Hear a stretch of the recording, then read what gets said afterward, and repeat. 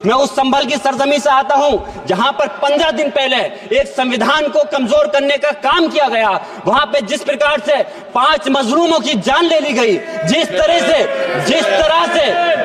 30 से ज्यादा लोगों को गोली मारकर घायल कर दिया गया और 27 से 50 से ज्यादा लोगों के खिलाफ मुकदमा दर्ज किया गया। इंसाफ मिलना चाहिए, जो इसके जिन्होंने ज्यादती की है उनको सजा मिलनी चाहिए। और आज एक इमाम को सिर्फ इसलिए गिरफ्तार कर लिया गया संभल के अंदर कि सिर्फ उन्होंने अजान लाउड स्पीकर से दे दी थी। अफसोस है कि आज हमारे साथ ऐसी ज्यादती हो रही है। ये संविधान को अगर आप कमजोर करेंगे तो याद रखना ये देश कमजोर होगा, हमारा मुल्क कमजोर होगा। जो संविधान के प्रति वफादार नहीं हो सकते वो हमारे मुल्क के प्रति वफादार नहीं हो सकते। जुल्म सुबह बेनूर को मैं नहीं मानता, मैं नहीं जानता, मैं भी खाइफ नहीं तख्ताए दार से, मैं भी मंसूर हूं कैदो अगयार से। क्यों डराते हो जिंदान की दीवार से, जुल्म की बात को जहल की रात को मैं नहीं मानता, मैं नहीं। जहां मजलूमों की आवाज बनकर खड़ा हूं, उन करोड़ों भारतीय मुसलमान और अल्पसंख्यकों की जद्दोजहद और हक की बात करना चाहता हूं जो इस देश का अटूट हिस्सा हैं। मेरे अल्फाज बंटवारे के नहीं बल्कि इत्तेहाद के हैं। मेरे अल्फाज मायूसी के नहीं बल्कि एक उम्मीद के हैं, ऐसी उम्मीद जो कि हमारे इस देश को जोड़ना चाहती है। हमारे संविधान को बनाने के लिए हमारे बाबा भीमराव अंबेडकर साहब, मौलाना अबुल कलाम आजाद साहब, डॉक्टर जाकिर हुसैन साहब ने मिलकर के इस संविधान को बहुत मेहनत के साथ बनाया था। ये सिर्फ किताब की शक्ल में देने के लिए नहीं है। आज संविधान के उस पर मैं कहना चाहता हूं कि भारत का संविधान इंसाफ, आजादी और भाईचारगी की जिंदा गवाही है और ये गारंटी देता है कि नागरिक हर मजहब, जात या नस्ल पर इज्जत के साथ गुजार सकते हैं जिंदगी। लेकिन अफसोस है, एक मुस्लिम रहनुमा की हैसियत से मुझे इस दस्तावेज पर बेपनाह फख्र है, जो कि दस्तावेज जो संविधान हमें इजाजत देता है। आर्टिकल 15 के मुताबिक किसी भी नागरिक को मजहब, जात, लिंग, नस्ल या जन्म के स्थान पर भेदभाव नहीं किया जाएगा। आर्टिकल 19 में बोलने के, अभिव्यक्ति की आजादी का हक दिया गया है, जो कि हमारे अधिकारी को हक की आवाज को छीनने का आप काम कर रहे हैं। आर्टिकल 25 अपने मजहब को मानने और उस पर अमल करने की आजादी देता है। आर्टिकल 29 के तहत अल्पसंख्यकों के हकों की हिफाजत करने के लिए प्रावधान किए गए हैं। लेकिन आप तो हमारे हकों की छीनना चाहते हैं। माननीय सभापति जी, मैं आपके माध्यम से कहना चाहता हूं कि आर्टिकल 30 के अंदर अपने तालीमी इदारों को कायम करने और उनके चलाने का हक है, लेकिन हमारे साथ ज्यादती हो रही है। ये संविधान को अगर आप कमजोर करेंगे तो याद रखना ये देश कमजोर होगा, हमारा मुल्क कमजोर होगा। जो संविधान के प्रति वफादार नहीं हो सकते वो हमारे मुल्क के प्रति वफादार नहीं हो सकते। मैं उस संभल की सरजमी से आता हूं जहां पर 15 दिन पहले एक संविधान को कमजोर करने का काम किया गया। वहां पे जिस प्रकार से 5 मजलूमों की जान ले ली गई, जिस तरह से 30 से ज्यादा लोगों को गोली मारकर घायल कर दिया गया और 27 से 50 से ज्यादा लोगों के खिलाफ मुकदमा दर्ज किया गया।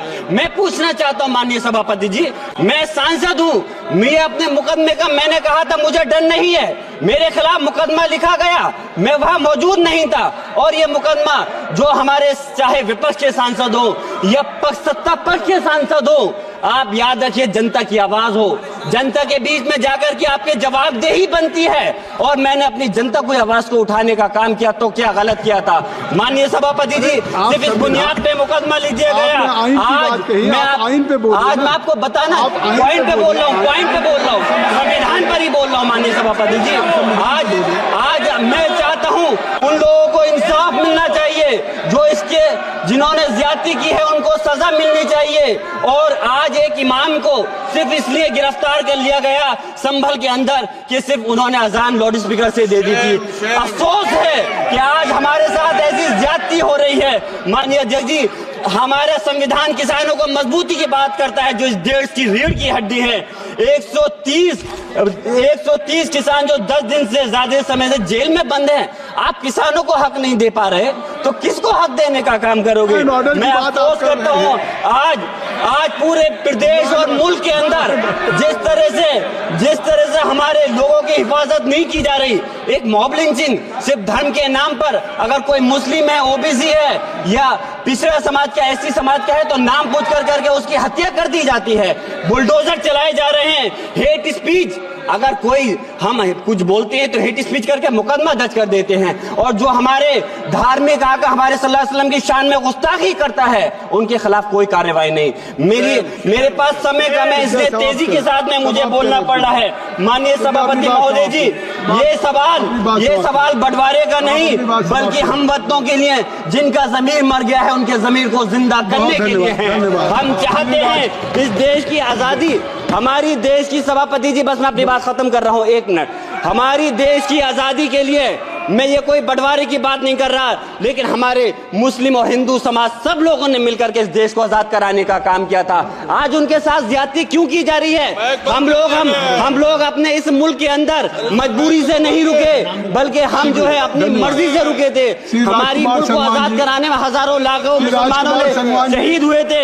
माननीय सभापति जी, कंक्लूड कर रहा हूँ बात। राजकुमार सिंह,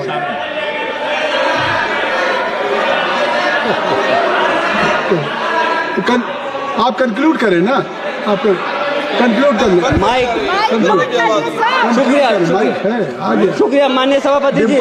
मैं एक मुस्लिम और अल्पसंख्यक रहनुमा के तौर पर मैं अपनी बिरादरी के लिए खास हक के मुताबिक नहीं करता। मैं सिर्फ ये चाहता हूं कि आईना के बाद संविधान के मुताबिक हर नागरिक के लिए जो वादा किया गया उसे पूरा हो, हुकूमत से कमजोर की हिफाजत को यकीनी बनाए और नफरत फैलाने वालों को सजा दे। और मैं अपनी बात इस शेर के साथ खत्म करना चाहता हूं जो कि हबीब जालिब का शेर है।